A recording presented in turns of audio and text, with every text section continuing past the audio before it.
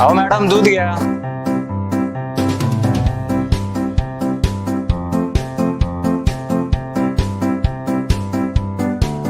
काय रे संदीप? अरे तुझं वय झालंय, लग्न तिकडे करतोस की नाही? हा बाबा ना, मला नाही लग्न करायचंय. का रे?